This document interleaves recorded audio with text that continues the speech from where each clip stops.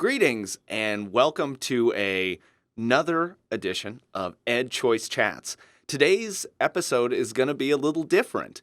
We're not going to be talking necessarily about the new research study that's coming out, or if you're used to my Cool Schools podcast, we're not actually going to be talking about cool schools. This podcast is part of a new series that we're doing where we look at school choice and education policy in pop culture. Hello, youths. Hope this is interesting to you. No, we were talking. It was actually a really fun conversation that we had around the office one day, was thinking about different ways in which we can sort of talk to people about school choice. You know, we spend a lot of time doing research, but that can be kind of inaccessible. We talk about politics, and that turns a lot of people off. So what if we talked about it via pop culture? Because it actually pops up in a few different places. So Katie Brooks, who you're able to see us here on camera, she is actually behind camera right now. We might spin one. No, we're not. Okay, we won't spin it around. She was the mastermind of all of this, and she actually sent an email list around to the office and said, you know, what would you be interested in writing about? And I have to say, basically, as soon as she hit send, I think Abby and I shot back like The West Wing. We should totally talk about The West Wing. And so this is part of a longer series where other people will talk about the shows that they are passionate about. But I am joined today by the one and only Abby Hayes. Now, you may not be as familiar with Abby if you listen to our podcast, but if you get our emails, basically if you get any form of communication from us, Abby played a large part in making that happen. So she does all of the work getting out our ideas, both good and bad, to the broader world. So Abby, it's great to be on the podcast with you today. I think this is going to be a lot of fun. So maybe we'll start with The West Wing in general. So when did you start watching The West Wing? Why do you like The West Wing? Sure. I'm kind of a latecomer, actually. It finished up in 2006, and I'm just now on the last season. I started watching it during my maternity leave. Right? No spoilers. I started watching it during my maternity leave about 18 months ago and have just sort of been slowly working my way through. It's a nice, comforting show to put on while you're washing the dishes. It is. They're walking and talking. And it's just great. The orchestra rises and falls. Yes, and all of the characters are I just love how character-driven it is. CJ Craig is my favorite. Really? Yeah, I love CJ. I'm trying to think. I think I'm a Sam Seaborn guy. Yeah, Sam's great. I like his optimism. I like his idealism. Sure. And it's interesting because this is actually a perfect sort of segue, because what we're going to do is talk about a couple of these scenes from The West Wing that actually touch on vouchers. And it was something as like an education policy dork that bothered me about a lot of The West Wing with respect to education, is it seemed like they did these really deep dives in a lot of other areas, but were kind of glib about education. Sure. So what was it like? Jed Bartlett's big plan was like 100,000 teachers. Like, okay. And even I think have you gotten to the point where Matt Santos is running for president? Yes. And his big education idea is like, go to school for more days. Right. And you're like, can we do a little bit more than that? But one of these places where they actually met with some nuance was talking about school vouchers. Sure. And my personal favorite, Sam Seaborn, is about to discuss them. Mm-hmm. So the first scene that I think we're going to look at here is Sam debating Mallory. And is Mallory, does she have the same last name as Leo? Does she have a different last name? You know, I don't know. I don't know. It's one of those. Sure. But anyway, so Mallory, Leo's daughter. Sure. So that's, and her aunt also shows up in the series because I think she's supposed to be the superintendent of the Atlanta public schools. Yep, I forgot about so that. Clearly public education, really big deal in the McGarry family. So we'll kick this one off and we'll talk about it afterwards. So this is Sam and Mallory debating school vouchers. Yes. And just for context, Sam wants to take Mallory out on a date. Yes, that is a very important bit of context to this. Tax dollars should go to fixing public schools, not aiding the shipment of students to private schools, many of which are religious. And by the way, I don't know how you're getting around the separation of church and state on that one. We have people on the payroll who are experts at obfuscating the Constitution. So I've noticed. Anything else? Oh, yes. We've been here for an hour, Mallory. School vouchers provide help for only a few students. We're offering a solution for that. You're offering a lifeboat to the select few for whom vouchers will make any kind of difference. Mallory, everything you're saying makes sense. I just think that the state of urban schools is such that if you can save even one kid... You can save more than one kid. Tell me how. By asking Congress to approve not just a little, but a lot more money for public education. What? Public education has been a public policy disaster for 40 years. Having spent around $4 trillion on public schools since 1965, the result has been a steady and inexorable decline in every measurable standard of student performance, to say nothing of health and safety. But don't worry about it, because the U.S. House of Representatives is on the case. I feel better already. Wow. Wow, indeed. So the other bit of context here, I think is going to show up later. Yes. Is that Sam doesn't actually believe what he's saying. For reasons that somewhat escape me, he's not letting her in on the fact that he doesn't actually believe these things. He's basically trolling her. I think he's basically trolling her. Yeah. I think that's right. I actually remember watching this scene because I'm pretty sure it was really late, or I think I was still on maternity leave at the point, so I hadn't seen, like, regular people for quite a while. And I was watching it, and I got on Slack, and I was like, oh my gosh, Sam Seaborn is arguing for school choice. And then later I was like, yeah, he turns this around. So maybe let's talk about some of that stuff. So what stood out for you in that with the arguments that they were making? Oh, sure. The constitutionality thing is one that comes up a ton. We hear about it all the time. Separation of church and state. But ultimately, what the Supreme Court has ruled is that vouchers are giving parents money, and then parents are deciding to pay the money to private schools that may or may not teach religion based on their own preferences. So it's not like the government is forcing anybody into church-led schools. Yeah, for sure. And I think the same thing's true. It's people take Medicaid dollars to religious hospitals, and they take Pell Grants and the GI Bill to religious colleges. So it's it's the exact same idea. I was thinking of one. It's interesting that she goes to, Congress needs to appropriate a bunch of money to save schools. So part of it, it's like, well, Mallory, and it's weird like explaining this to a fictional character, but Mallory, it turns out the federal government actually spends a very small portion of all the money that's spent on education. Most of those dollars come from states and localities. So even if the federal government doubled or tripled or quadrupled the amount of money that it spent, it would actually be a very small portion as opposed to what everybody else does. Yeah.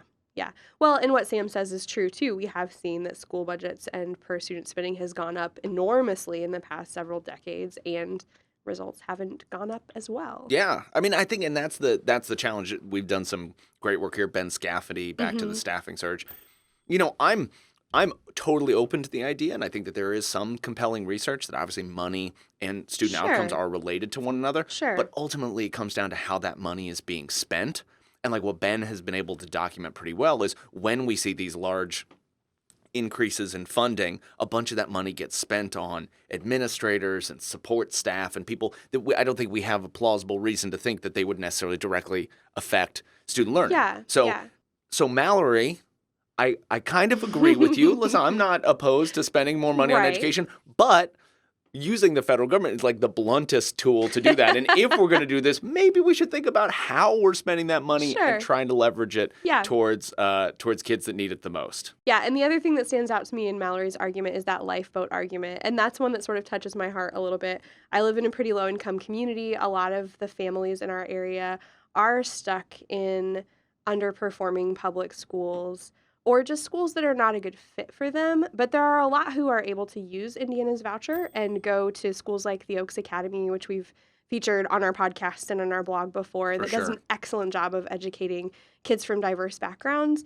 And so for me, it's like, yeah, Mallory, I understand maybe we're not reaching every single kid in my neighborhood, but the ones that we are, it's making a huge difference for them, and that's work worth doing. Totally. It's totally easy to say we shouldn't have lifeboats when you don't need the lifeboat, right? It's like, well, as long as you're talking about other people's kids, it's right. But like when those kids have names and faces and potential, maybe that lifeboat looks a little bit more looks a little bit more appealing. Exactly. All right, do we want to go to the next clip? Sure. All right, right on.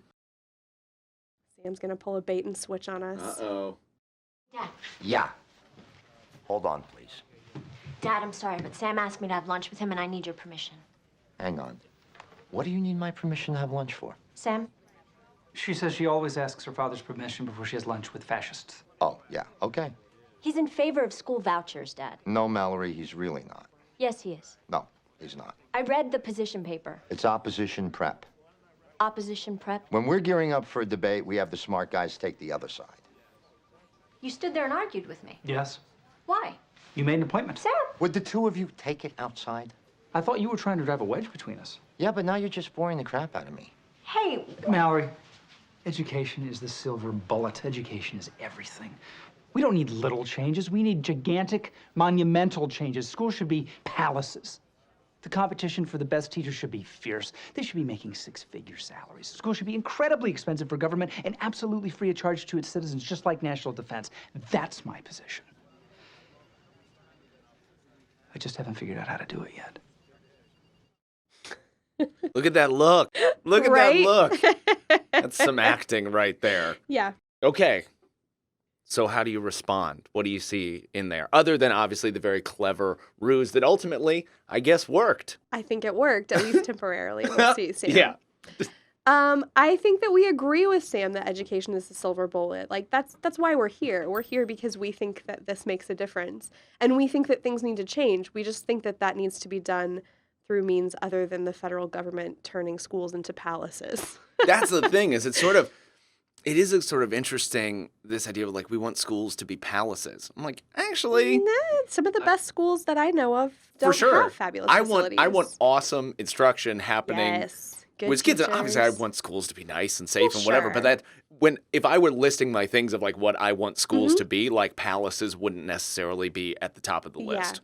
Yeah. And then they talk about teachers. And again, I think that this is important. There's been a lot of this stuff in the news recently, teacher Mm-hmm. strikes and others, that in many states across the country, teachers are totally getting a raw deal. Yeah. And that they are not being paid what they're worth, and we are not putting the value on them that we should. Sure. And I think that's like full stop, absolutely true. Yeah. The- And you say this as a former teacher. I say this as a former teacher myself and from a whole family of teachers. Yeah.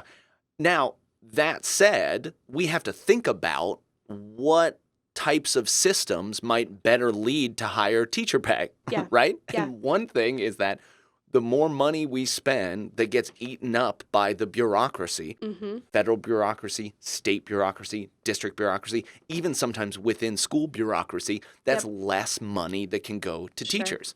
And so in some ways I want to say, Sam, like, well, there may be a better way to get to where you want to go, and that is to try and cut down on a lot of this bureaucracy. And one of the reasons I like school choice and why I think school vouchers are actually a good response to the argument that they're making here is they promote more efficiently operated schools. Sure. The schools that participate in them. If you go into your average voucher receiving school in the state of Indiana and you look around for a bunch of administrators or a bunch of sort of other stuff there, you really don't see that as often. And You we've seen that in charters, too, Yeah. that they've definitely come up with some operating efficiencies Yeah. there as well. And so for me, as much as possible, if those dollars can be pushed down to the teacher level to actually Sure. be spent in the classroom, then I think that that's something that we should Yeah. definitely support. And that's been something fun, too, with your Cool Schools podcast. I go through the transcriptions of all the podcasts, so I'm totally on top of them. And so it's just been interesting what teachers have come up with, different ways to do education that is not possible necessarily within the public system. Or if it were, it would take a lot more pushing and a lot more work, and you'd still be more restricted as opposed to starting your own private Totally. school. That's Totally. awesome. The teachers are doing incredible things. I think that's a great point. And that all of these rules and regulations, stuff that we write on schools, all get stacked on top of one another, right? So we have federal regulations, we have state regulations, and we have district regulations, and, and teachers and administrators that are trying to do their best to keep up with that get caught up in all of that. Yeah. They have to spend a bunch of time just complying with all of the different things. They have competing mandates.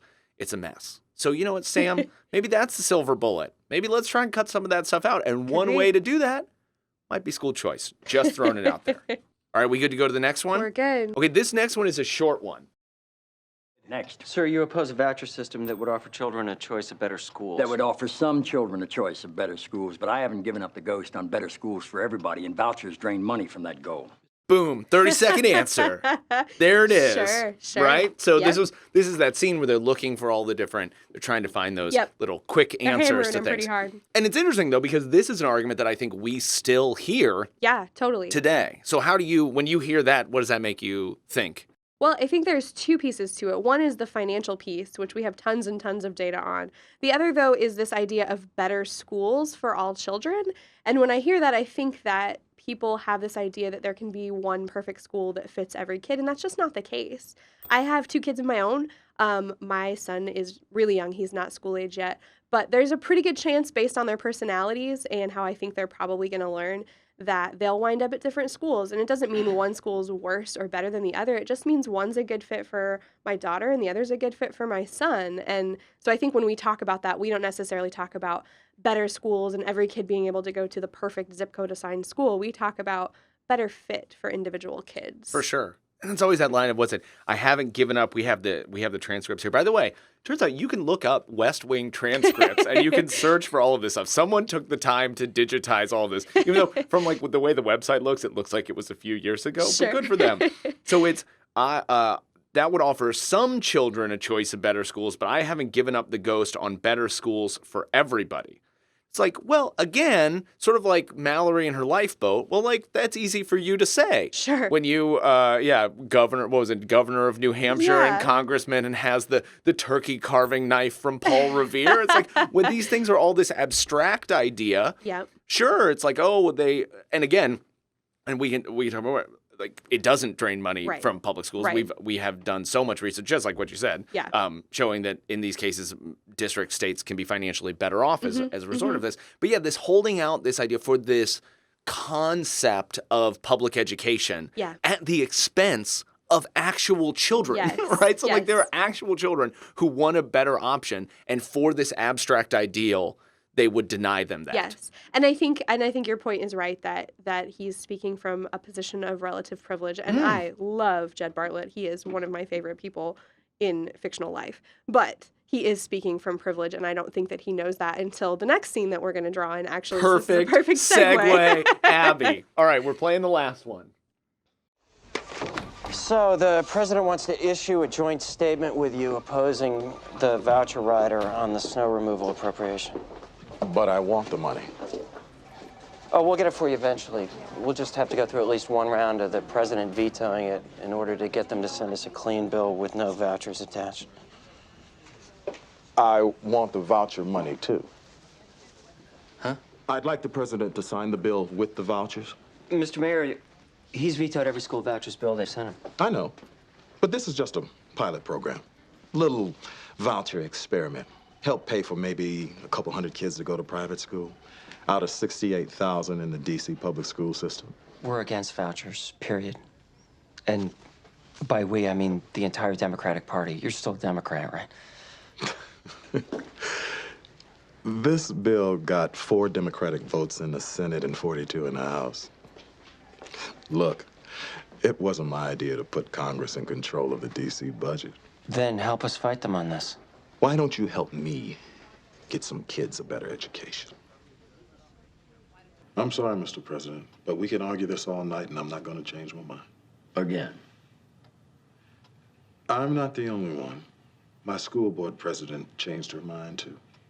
Jenny Scott. She's in favor of vouchers now? She used to rail against them. After 6 years of us promising to make schools better next year, we're ready to give vouchers a try. We're ready to give anything a try. You start handing out tuition vouchers for private schools, you're sending the message that it's time to give up on public schools. With all due respect, Mr. President, no one gets to talk to me about giving up on public schools.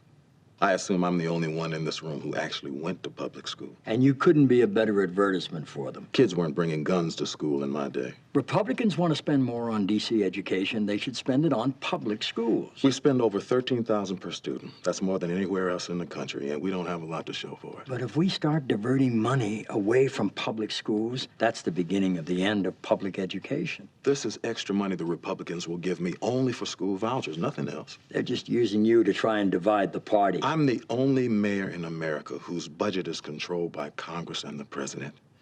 And you guys never miss a chance to play political games with the city I'm trying to run. Your Honor, I'm not trying to tell you how to run your city. Yes, you are, Mr. President. Congress is too, and I resent it. But this time, they want to give me money for something that might actually help some students. I'm sorry. I don't know how to refuse that. This is a pilot program? Enough money for a couple hundred students. I have a few thousand names on a waiting list for vouchers already. Go into any one of my schools. Ask kids who want to go to college what they think of vouchers. They'll ask you where they can sign up. Could you ask Charlie to come in, please?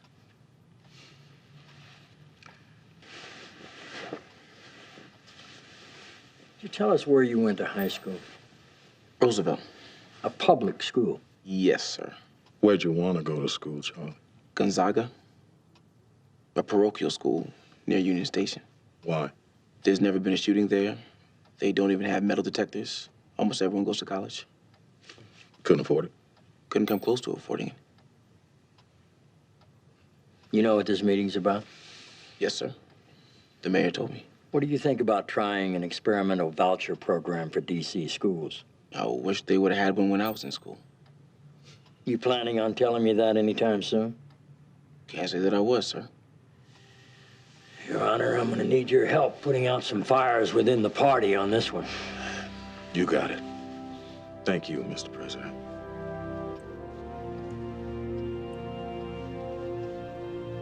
Look at the nod. The nod. Charlie. It's great. So a little bit of history might be helpful here. So this did mimic what was actually going on in the district.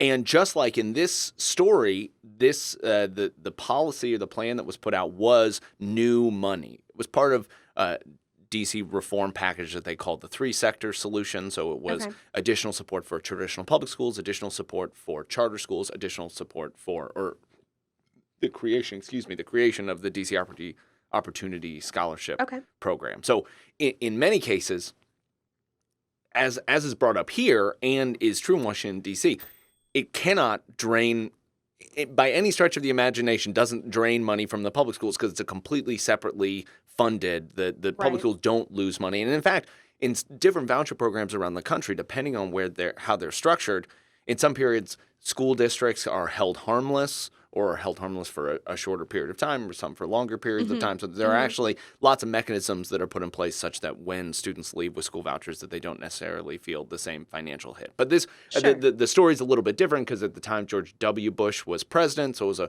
Republican president that was happening, but it was a Democratic mayor, Anthony Williams. But his subsequent mayors and numerous members of the city council approved it. The longtime teachers union leader, George Parker, actually changed his mind on the issue, was someone who was definitely against it, but has later on realized on the other side of the issue, is now a pro-school choice person.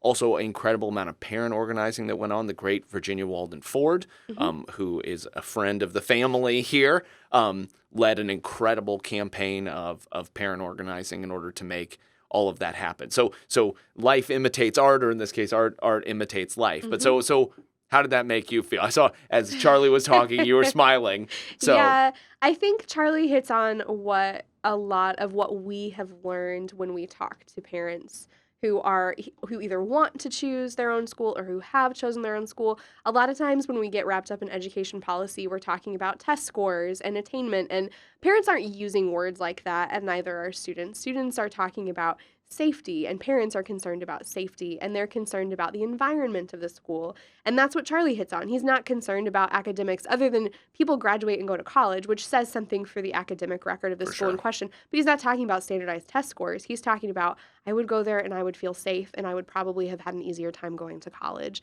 And that's a really big deal. And so it just gets me every time. No, for sure. But this is sort of the counterpoint to what we were talking about earlier with the Sam and Mallory debate, which is this is intensely personal. Yeah. So this is an actual student who went through the system saying, I would prefer it to be different. Yeah. And you have your abstract. And again, I think the president in the earlier parts of it kind of throws out those kind of like the minute money goes to vouchers, it'll be the end of public education. Right, and you're like, look, there's lots of states and, the state of Wisconsin, Florida, these programs have existed for a long time and they still have thriving public schools that are all part of it.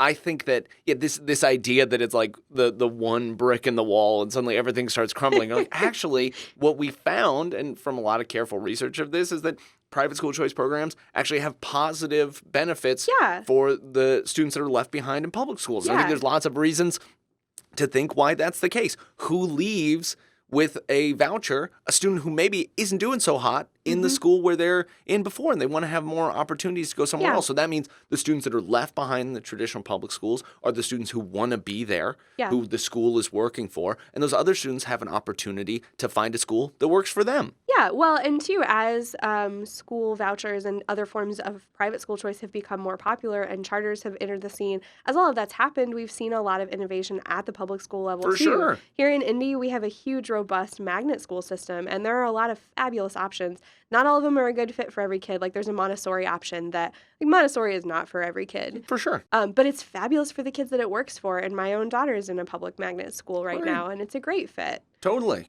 So Totally. that's definitely something to consider. And it is more about environment and fit and safety and all of those things that we tend to talk about a little less, I think, than just the sheer test scores and outcomes. Absolutely. So as we think about these things, remembering Charlie. Yep. That's what we should do. Yep. Whenever we're talking about school choice, and look, and I'm as guilty of it as anybody, falling into this, really talking about it in terms of abstractions and these things, really remembering to focus ourselves. We're talking about actual children, living, breathing children with hopes and dreams and potential, that we should be doing everything possible to put them in the best learning environment for them. And personally, and I don't know if you share, I don't want to speak for you, but if that's a private school, a public school, a magnet school, a charter school, or whatever, I'm all for it. Yeah, for sure. Whatever works best for the kid and the family, for sure. Yeah, and I think I love it. I just love this scene, especially played back to back with that one where they were doing debate prep, and we talked about how President Bartlett is speaking from a position of privilege, and I think he doesn't really realize that he doesn't understand what the situation is on the ground. And then he talks to Charlie, this kid that he loves and trusts, and that changes his mind immediately. He doesn't even say anything about it. He's just like, I guess we're doing this now. You see the bricks crumble where he's like, you're a great advertisement for public schools. Yeah. And then he's like, would you want to go there? No, I'd want to go somewhere else. Yeah. And he's like, my goose is cooked here. This isn't, I'm not going to win this one. And to the president's credit, when he gets that opportunity to look at the real human consequences of the kind of ideals that he had, he changes his mind. Yeah. And says, everybody needs a Charlie. Everybody needs a Charlie. I think that's a great way of thinking of this. When we're talking about school choice in the future, think about Charlie. Yeah. It's great. It's great to be Sam. I love Sam. Mm-hmm. I'm all about this sort of idealism. It's great to be Mallory. I mean, Mallory plays a public school teacher in this. Yeah, and finally, she's fiery. Totally fiery. And I imagine was a great fictional public school teacher. She was awesome at it.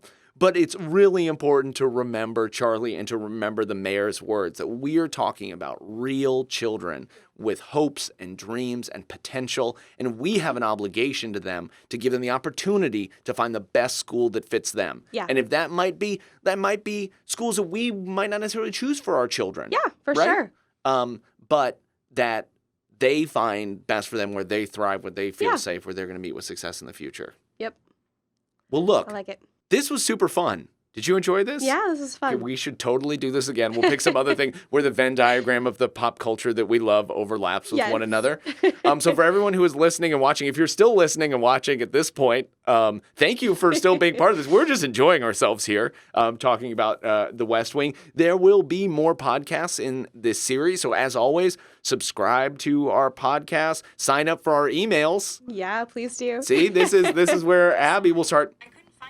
Podcast.